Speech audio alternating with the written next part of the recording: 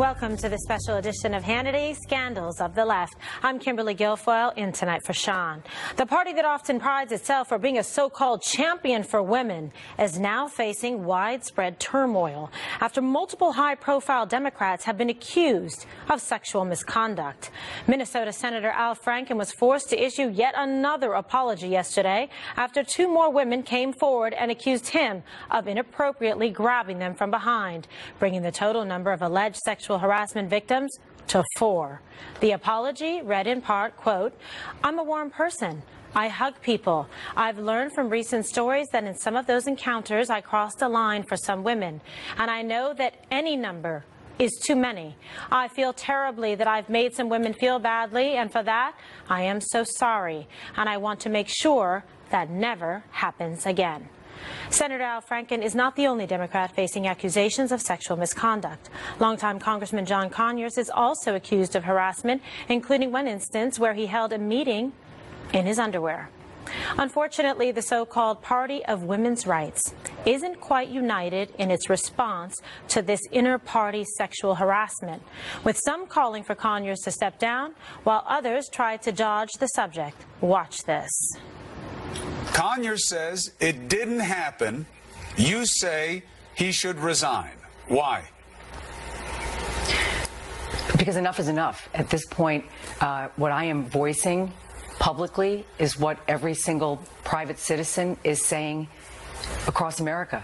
Why are the rules for politicians in Washington different than they are for everyone else? Once we start getting into the realm of politicians, well, let's get the Ethics Commission into it and, let's investigate this, and take forever to come up with a conclusion. Do you think Congressman Conyers, you sit with him on judiciary, should he resign? Well, I think the ethics process should proceed. The allegations against Congressman Conyers are clearly disturbing, disappointing, deeply troubling. The ethics investigation should be thorough. It should be swift. It should be comprehensive. So, is it time for Conyers and Franken to resign? And will selective moral outrage over instances of sexual misconduct fracture the Democratic Party? Joining us now is Fox News contributor Lieutenant Colonel Alan West, RNC spokesperson Kayleigh McEnany, and Fox News correspondent-at-large Geraldo Rivera. Thank you for joining me on this Friday evening. Lots to discuss. And Geraldo, I'll begin with you. According to Senator Franken's spokesperson, he is expected to speak to reporters on Sunday. What do you think that he might say or should say to convince people that he should, in fact, not resign? Well, he's been apologizing, nonstop, kind of, Kimberly, and I fully expect that he'll say that he's sorry, but that he's staying in his seat. I just have to make a quick observation. I hate when the intensity of our reaction to some of these allegations is directly related to the political party of the person being accused. I want us to have the same reaction regardless of whether the perpetrator is a Republican or a Democrat. The other thing I want to say is that I understand when someone's an accused rapist, or like Bill Cosby, or an accused sexual predator like Judge Moore is. But sex harassment, there's a big wave now. What is it exactly? Conyers wears his underwear in front of a staffer. He's an 88-year-old man. I don't know. I heard someone say today it definitely was not sexual. The thing that bugs me about Congressman Conyers specifically is that he got somehow the taxpayer to pay his settlement for allegedly, being out of line with one of his staffers. That's what I don't like. Geraldo, so you're saying he should get a pass because he's 88 and it's not sexy in his underwear? I think this is ridiculous. It's about also how he makes the other person feel. It's totally inappropriate. You shouldn't be having or conducting any kind of meeting like that. We're not giving an age pass for something like that. My problem, Kimberly, is very simple. If it's not criminal conduct that's being alleged, then what is it exactly? It's going to the Ethics Committee, they say now. The Ethics Committee cannot by law, review something that is a crime. If it's a crime that is alleged, then it goes to the U.S. Attorney's Office, as you, as a great attorney, already know. But, you know, so people minimize the Ethics Committee. The Ethics Committee is not even going to get it if they're alleging a crime. If they're not alleging a crime, then what exactly is this? Are we using this new wave of sex harassment allegations to get back at bad bosses or hated ex-lovers?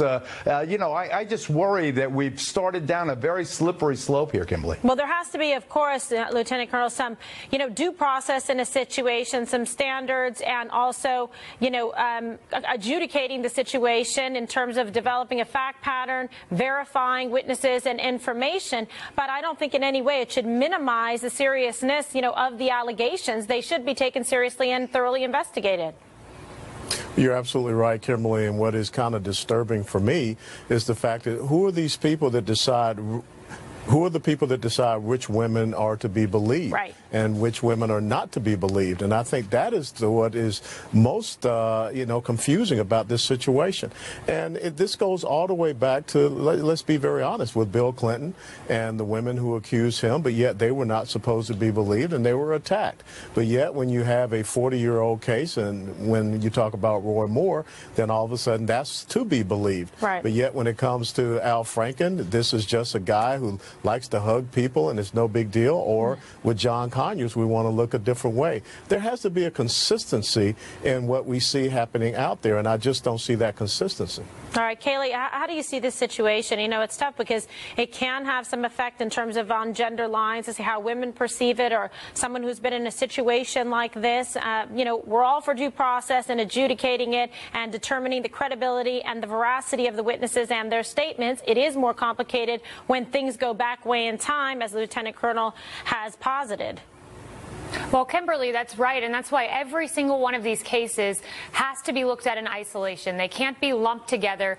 Every single person should be heard. I think it's very troubling what we've seen, particularly from Congressman Conyers, when you see someone who paid $27,000 of federal taxpayer money to settle with a woman who was accusing him of firing her for not accepting his sexual advances. That in and of itself, that misuse of the taxpayer funds should be enough to call for his resignation. But what we're seeing, Kimberly, really is a case of the powerful preying on the people. It defies party lines. It's people in powerful positions, be it in Hollywood, be it in media, be it in Congress, preying on the American people. It's the swamp that Donald Trump talked about all along. Okay, well, you know, Geraldo, the Democratic Party and liberals have made themselves out to be the champion of women's rights. I mean, do you think we can expect a march on Washington on behalf of the women that have made these allegations or been victimized or had to sit there and have a meeting with Conyers in his underwear?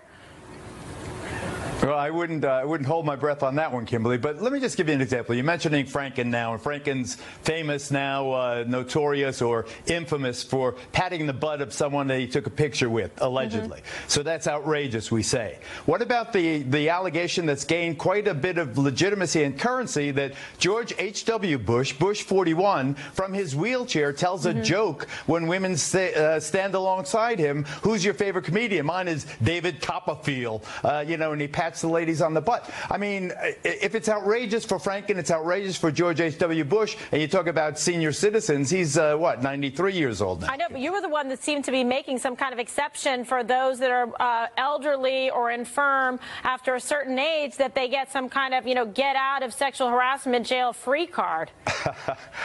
Well, maybe I was speaking, you know, as a senior citizen myself, but my main point with Conyers particularly is that the allegations, now that's one thing when he was going after allegedly some subordinate, and that's the one that got paid off with the taxpayer money. That's outrageous, and the fact that he somehow weaseled his way so he didn't have to pay it out of his own pocket, the fact that it was secret for so long, also outrageous. I think Congress is totally complicit. I think on right and left, Democrat, Republican, I can give you 100 cases where Mark Foley, Vitter, you know, Craig, go on and on and on. How many times our leaders have been guilty of these misdeeds, Kimberly? Well, also, and taxpayer money shouldn't go to have to pay for these misdeeds and this kind of, you know, abuse that people have to suffer in the workplace. I mean, Kaylee, what's your response when he brings up the other side? Do you feel there's a double standard, you know, or a hypocrisy of any sort?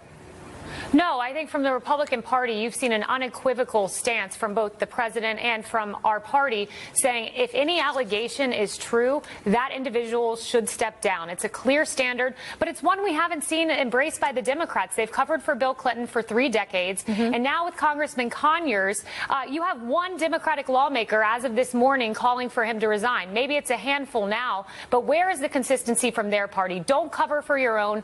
Be the party of women. That's what you claim you are. Well, you're not acting like it. All right. Well, Lieutenant Colonel, how about that? Because, you know, they do really hold themselves out to be the gold standard, but the response and assessment and, you know, being proactive on behalf of women in the sense of the liberals and Democrats has not been their most, you know, worthy shining moment.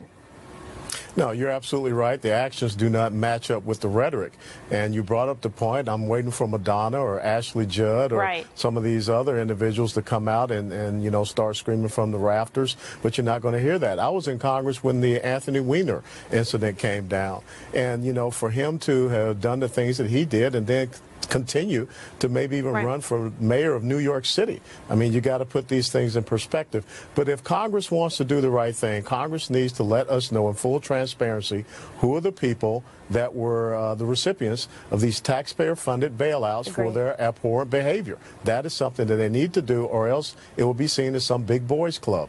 I think he makes a great point, Geraldo, which there has to be a full and thorough, a fair accounting from both sides in terms of how these things were handled, investigation back to understand that, where were the taxpayer funds allocated to, and after what kind of, due process, et cetera, to be able to vet the allegations and then also to act in a way, expeditiously to make sure that there was some kind of justice and there was some kind of reprisal and some kind of education going forward so that this would in fact not continue to occur.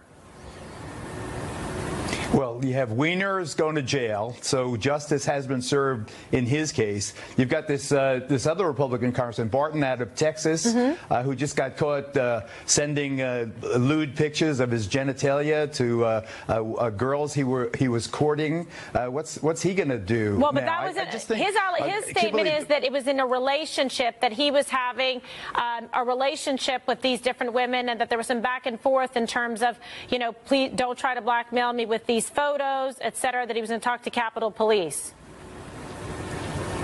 I was at Polo, the restaurant that you love also in New York, and Kathy Lee Gifford was there. Erica and I saw Kathy Lee at a table as we were leaving. And she says to me, Kathy Lee looks up, says to Erica and me, can you believe what's going on right now? I don't even know who to say hello to. I'm afraid that someone's going to consider it sexual harassment. I mean, maybe you know it when you see it. But my point is you need clear standards, and you need a standardized repercussion for bad behavior. Obviously, a criminal case, Weiner goes to jail. Good riddance. That's to bad rubbish. That's where we should go. I think that the Congress has to clean its own house. All right, we're tight here on time, but Kayleigh, I'm going to give you a final word as well.